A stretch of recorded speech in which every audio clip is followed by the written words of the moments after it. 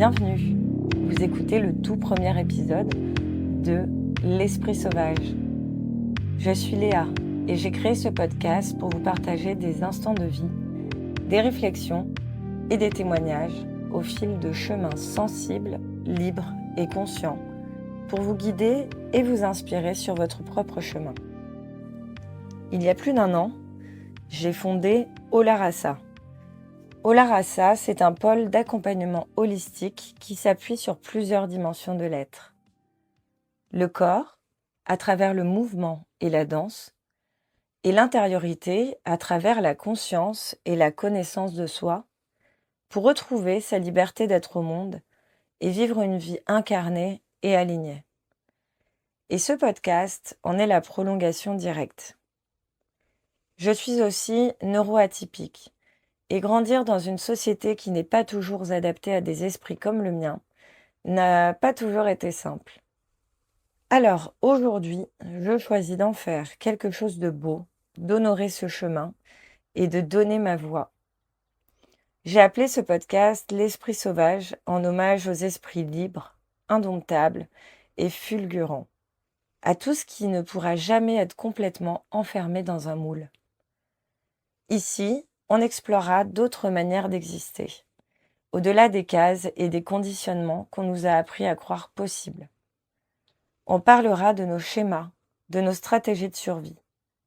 Comment les reconnaître, les accepter et peu à peu s'en libérer.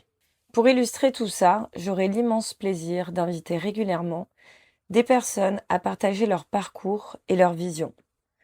Il y aura des témoignages, les miens et ceux de mes invités. Mon histoire et leurs expériences.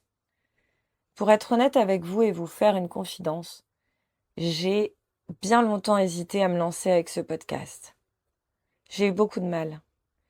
Et ce qui est assez paradoxal, c'est que créer un espace où je donne ma voix a été l'une des choses qui m'a demandé le plus de courage. J'ai rencontré mes propres résistances.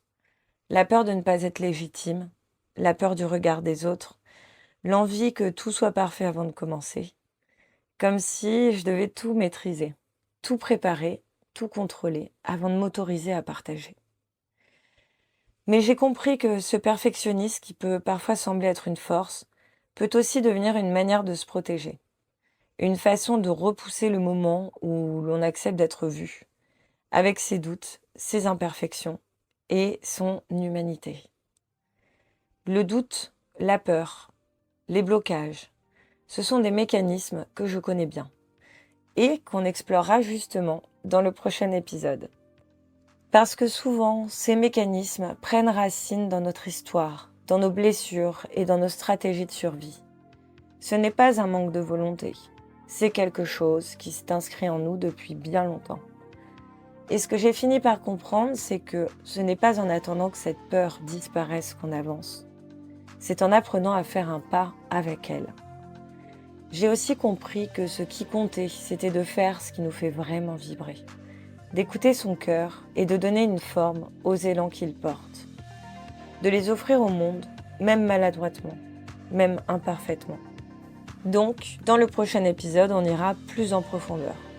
On explorera ensemble ces voix intérieures qui freinent, qui empêchent de se montrer, ces mécanismes invisibles qui nous éloignent parfois depuis très longtemps de ce que nous sommes vraiment. Et parce que ce podcast, j'ai très envie de le construire aussi avec vous, n'hésitez pas à me dire les sujets que vous aimeriez explorer ou sur lesquels vous aimeriez entendre des témoignages dans les prochains épisodes. Merci de m'avoir écouté. Et si ça vous a parlé, n'hésitez pas à le partager autour de vous et à vous abonner pour ne pas manquer la suite. On se retrouve très vite.